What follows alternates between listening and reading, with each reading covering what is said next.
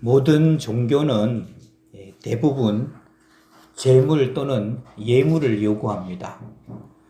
제물이나 예물은 절대자 앞에 나아가는 인간의 신뢰와 경의에 대한 한 표현입니다. 우리 기독교도 예외는 아니죠. 구약 이스라엘 백성들은 율법에 제시된 제물들을 갖추고서야 비로소 제단 앞으로 나아갈 수가 있었습니다. 그러나 제물 그 자체에 집착하다 보면 제물의 참 뜻을 잊어버리기가 쉽습니다. 오늘 본문에서 보면 천천의 순양이나 만만의 강물 같은 그런 기름을 하나님께서 기뻐하지 않으신다는 겁니다. 그런데 원래 그런 제물들을 요구하신 분이 누구죠? 하나님이십니다. 그러면은 그 제물 드리는 것 하나님께서 원래는 기뻐하시는 게 맞아요. 그런데 그 제물만 드리고 제물 외에 그 외에 함께 드려야 될 것이 빠졌을 때 하나님께서는 그 제물을 기뻐하지 않으신다, 그렇게 말씀하는 거죠. 여기 학생들이 있는데 시험을 치르는 학생들은 문제를 잘 읽어봐야 합니다. 성적을 잘 받은 학생은 공부도 열심히 하지만은 시험 문제를 잘 읽습니다. 그리고 무엇을 묻는지 알아야 하는 거죠. 아무리 열심히 답을 하고 많은 답을 한다고 할지라도 그 답이 물음에 맞는 답이 아니라면은 그 답은 의미도 없고 또 가치도 없고 점수도 얻지 못합니다. 우리가 이제 성경 공부하고 있죠. 지금 고린도전서 이렇게 하고 있는데 묻는 물음에 답을 하는 게 아니고 다른 답을 하는 경우가 가끔씩 있습니다.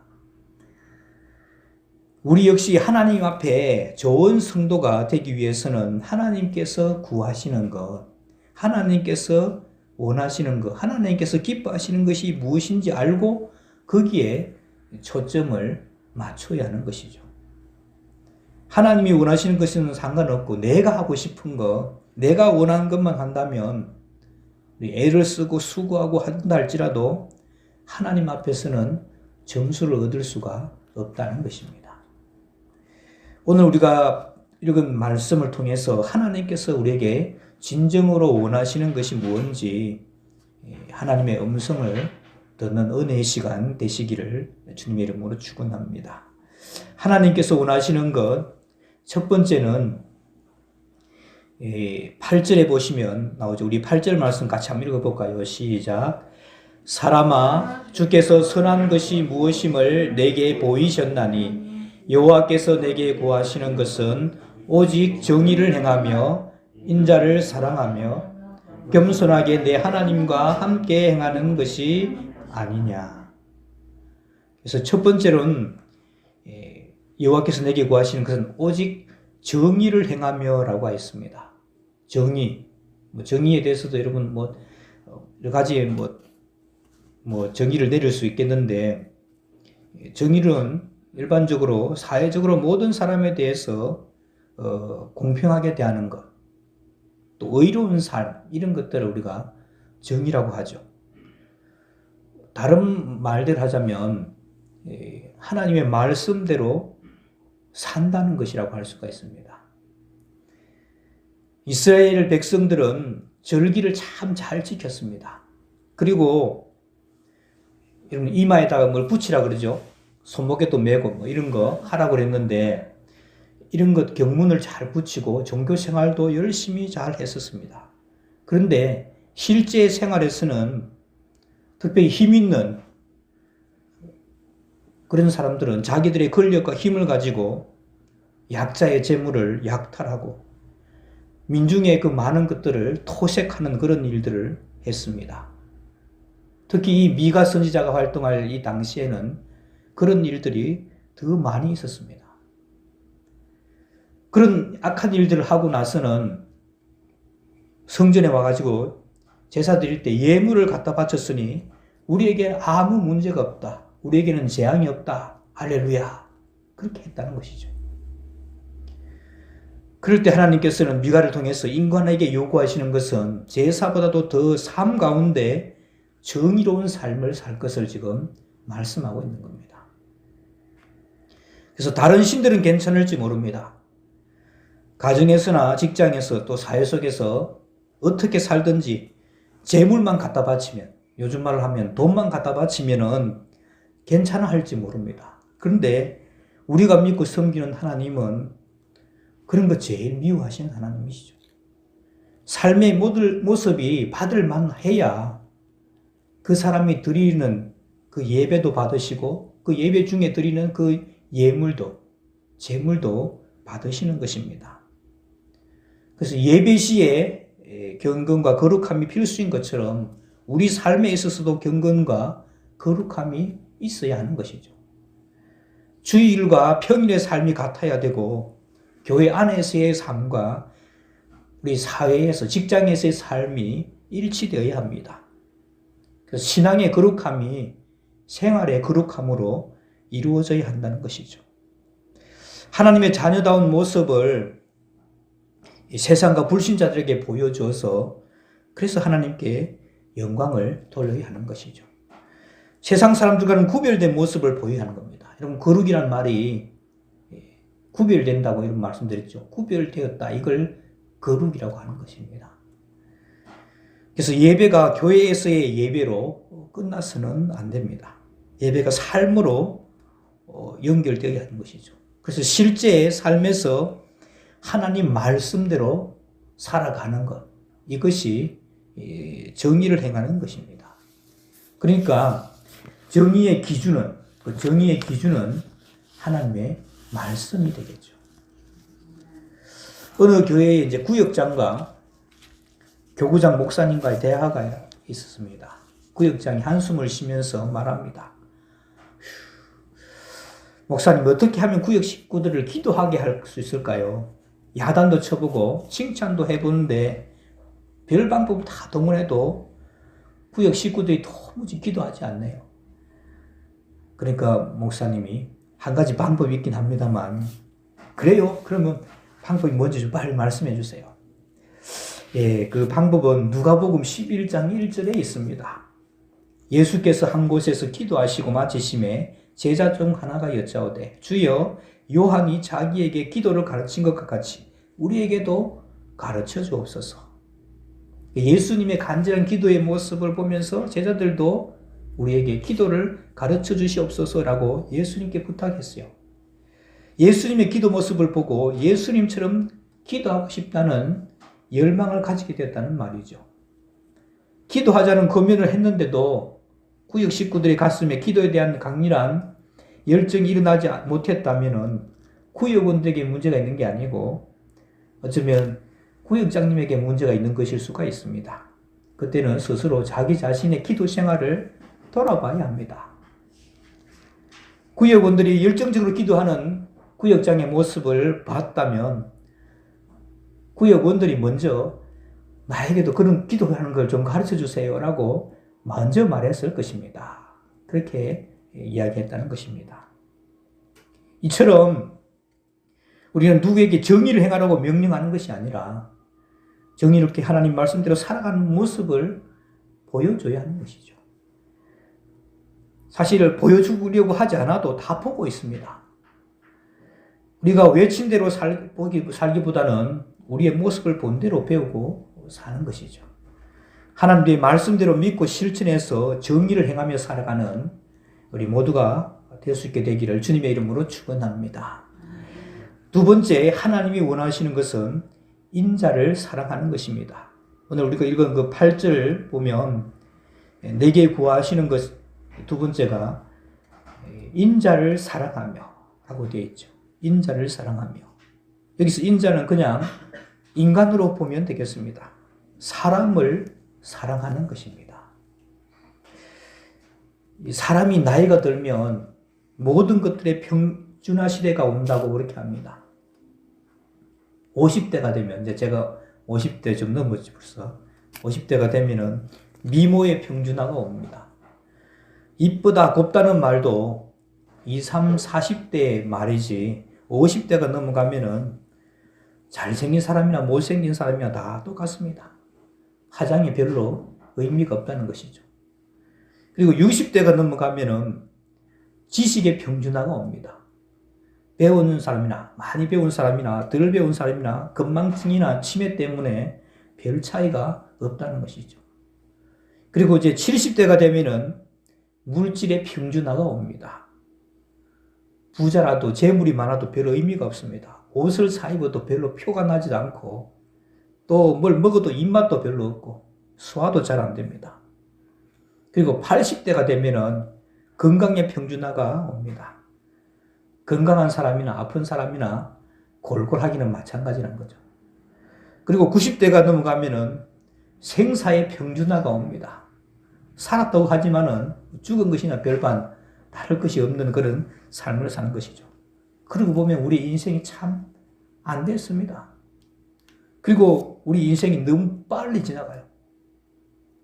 지금 50대 넘으신 분들은 시속 50km 이상씩 달리는 것이고 60대는 60km 이상 그렇게 달린다고 하죠. 그래서 인생이 너무너무 빨리 지나갑니다. 그래서 가만히 살펴보면 인생이 참 불쌍하죠. 그래서 조금만 생각하면 미워할 사람이 한 사람도 없는 겁니다. 짧은 인생인데 누구를 미워하고 말고 하겠습니까? 사랑할 시간도 부족한데. 그래서 어떤 분들은 내가 누구 가만히 안 두겠다. 막 하면서 막 화를 내고 하시는 분들 들어 있어요. 여러분 가만히 놔두세요. 또 죽인다 살린다고 하는데 그냥 살게 두십시오. 살게 두셔요. 우리가 그렇게 하지 않아도 우리 모든 사람들은 다 힘들고 벅찬 삶을 삽니다.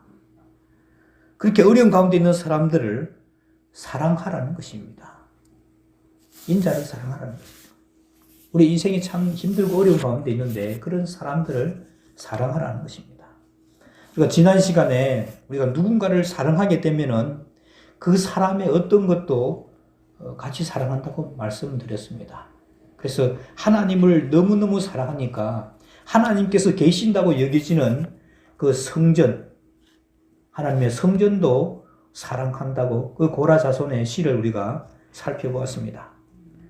거기에 한 가지 더 해서 내가 어떤 사람을 좋아하면은 그 사람이 좋아하는 것 나도 함께 좋아하게 됩니다. 그리고 그 사람이 싫어하는 거 나도 함께 싫어합니다. 제가 언젠가 말씀드렸죠. 제가 옥수수를 좋아합니다. 그런데 제 아내는 저하고 결혼하기 전에 옥수수를 정말로 싫어했어요. 대부분의 여자분들이 그런 것 같아요. 입에 막 낀다고 그러는 건지 옥수수를 싫어한다는 겁니다. 근데 지금은 어떠냐? 제 아내가 저보다도 옥수수를 더 좋아합니다. 내가 누군가를 좋아하게 되면은 그 사람이 좋아하는 것을 나도 좋아하게 되는 것이죠. 내가 하나님을 사랑하면 하나님이 제일 좋아하는 것을 좋아할 수밖에 없습니다. 그럼 하나님이 제일 좋아하는 게 뭡니까? 그렇죠. 너무 사랑하셔서 자기의 독생자를 막 바꾸면서까지 사랑하는 것이 바로 사랑입니다. 그러니까 내가 하나님을 사랑한다고 하면서 하나님이 제일 사랑하는 사람을 사랑하지 않는다. 이것은 바로 거짓말이라는 것입니다. 예수님께서 말씀하셨죠. 우리 말씀 한번 찾아보겠습니다. 이건 중요한 말씀이라서 한번 찾아보겠습니다. 마태복음 22장 36절에서 40절 말씀입니다. 마태복음 22장 36절에서 40절 말씀. 한 절씩 교독하시고 마지막 절은 같이 봅니다. 신약 성경 38면 마태복음 22장 36절에서 40절. 선생님, 율법 중에 어느 계명이 크니까?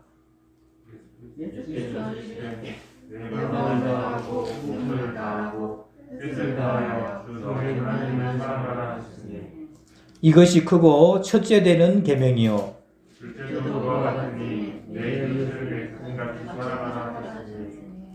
이 두 계명이 온 율법과 선지자의 강령이니라. 아멘.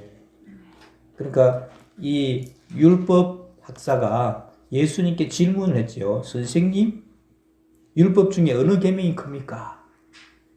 그랬더니 율법 전체를 예수님께서 딱 두 가지로 요약을 하신 겁니다. 첫 번째가 너는 마음을 다하고 목숨을 다하고 뜻을 다해서 주 너의 하나님을 사랑하라. 이것이 크고 첫째 되는 계명이다. 이게 하나님 사랑이죠. 그리고 두 번째인데 두 번째도 꼭 그와 같다는 겁니다. 동격이라는 거예요. 동격. 그와 같으니 내 이웃을 내 자신같이 사랑하라 하셨으니 이 두 계명이 온 율법과 선지자의 강령이다. 그러니까 하나님 사랑, 이웃 사랑, 이웃 사랑이라고 했는데 그걸 다른 말로 하면 사람 사랑인 겁니다. 하나님 사랑, 사람 사랑. 그러니까 하나님을 사랑하는 것, 이것은 곧 이웃을 사랑하는 겁니다. 이게 동전의 양면이에요. 그리고 하나님을 사랑한다고 하면서 사람을 사랑하지 않는 것 자체가 바로 거짓인 겁니다. 그리고 사랑할 수 있는 기회는 하나님의 선물이면서 놀라운 은혜요, 복입니다. 사랑할 수 있는 기회를 빼앗기는 것은 가장 참 어리석은 것이고 슬픈 것이죠. 사람을 사랑하면 반드시 하나님께서 우리를 사랑하시고 복을 주십니다. 그래서 다른 사람을 자기 몸같이 사랑해서 하나님의 복을 받는 우리 모든 성도님들 다 되시기를 주의 이름으로 축원합니다. 그리고 세 번째, 이제 마지막입니다. 하나님께서 원하시는 것은 겸손하게 하나님과 함께 행하는 것. 그래서 여호와께서 내게 구하시는 것은 겸손하게 내 하나님과 함께 행하는 것이 아니냐, 그렇게 말씀합니다. 겸손하면은 하나님과 함께 행하고, 하나님과 함께 행하는 사람은 반드시 또 겸손해집니다. 교만하면 하나님을 떠나게 됩니다. 하나님을 떠나게 되면 또 반드시 교만하게 됩니다. 이게 서로 선순환 또는 악순환하게 되어 있습니다. 반면에 겸손한 사람은 하나님과 함께하고, 하나님과 함께하는 사람은 반드시 또 겸손하게 됩니다. 겸손은 어쩌면 하나님께서 주시는 능력입니다.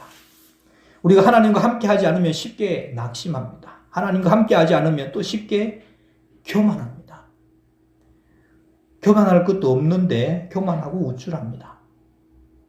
여러분, 하나님께서 주신 말씀들을 그대로 지켜 살 수 있습니까? 없습니까? 쉽지는 않죠. 하나님의 말씀을 우리 삶 가운데 지키며 살려고 노력해 본 사람들이라면 쉽지 않다는 것을 깨닫게 될 겁니다. 그러니까 하나님의 말씀도 우리가 지식으로 알 때는 교만할 수가 있습니다. 그런데 이 말씀을 실제로 그대로 살아보려고 애쓰는 사람들은 절대로 교만할 수가 없습니다. 왜? 실제 삶에서 살면서 보니까 말씀대로 잘 안 살아지거든요. 그래서 여러분 겸손해지는 겁니다. 말씀대로 잘 못 사니까 하나님 앞에 겸손해질 수밖에 없는 것이죠. 그래서 우리가 하나님께 전혀 내세울 게 없습니다. 그래서 겸손할 수밖에 없는 것이죠. 그리고 하나님과 함께 행한다. 즉 하나님과 동행한다는 것이죠.